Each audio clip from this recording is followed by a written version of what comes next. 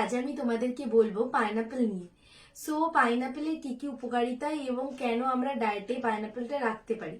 প্রথমে বলি, পাইনাপেলকে বলা হয় ট্রপিক্যাল ফ্রুট, আমরা জানি। এবং পাইনাপেল হচ্ছে প্রচন্ড ভালো হচ্ছে স্কিনের জন্য। কোলাজেন সিনথেসিস করে, যার ফলে টাইট অ্যান্ড টোন থাকে হচ্ছে স্কিন টোন। তো এজিং এর সাথে সাথে আমরা যদি পাইনাপেলটা ডায়েটের সাথে রাখি, দেখবে হচ্ছে তোমার স্কিনে হচ্ছে স্যাগিং ভাবটা আসছে না। নাম্বার 1। নাম্বার 2, পাইনাপেল প্রচন্ড ভালো আর্থ্রাইটিসের জন্য। যারা আর্থ্রাইটিসের সমস্যায় ভুগছো, যাদের অ্যান্টি ইনফ্লেমেটরি ডায়েটের মধ্যে রয়েছে, তারা রেগুলার ডায়েটে পাইনাপেল রাখতেই পারো। বাট পাইনাপেল হচ্ছে যেমন ইনফ্লামেশন কম করে, তেমনি হচ্ছে পাইনাপেল সোয়েলিং কম করে এবং পেনও যার ফলে কম হয়। কারণ ব্রোমেলিন যে কম্পাউন্ডটা থাকে পাইনাপেলের, সেই হচ্ছে প্রত্যেকটা জিনিস হচ্ছে আমাদের মেনটেন রাখতে হেল্প করে। ইভেন ডাইজেশনের জন্য তো খুবই ভালো। আমাদের জানি যে হচ্ছে মিট যখন ডাইজেশন হয় না, মানে প্রপারলি কুক হয় না, তখন এক টুকরো পাইনাপেল ফেলে দিলে একটা মিটও হচ্ছে প্রপারলি কুকড হয়ে যায়।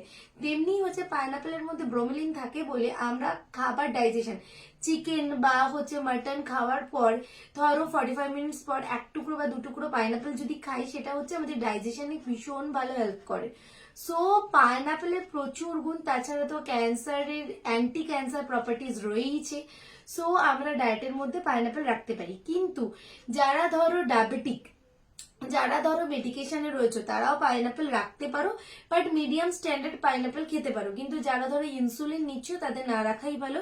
কারণ জিআই মানে গ্লাইসেমিক ইন্ডেক্স যদি বা গ্লাইসেমিক লোডের ভ্যালু যদি দেখি, তাহলে পাইনাপেল মিডিয়াম গ্রুপের মধ্যে পড়ে।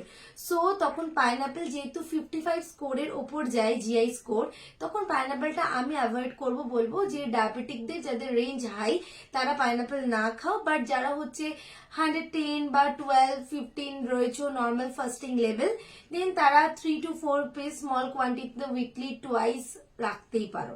সো এত গুণ, তাই আমরা ডায়েটে রাখতে পারি এবং আমাদের তো প্রচন্ড ভালো। সো আমরা হেলদি থাকবো এবং গ্লোয়িং থাকবো। Thank you.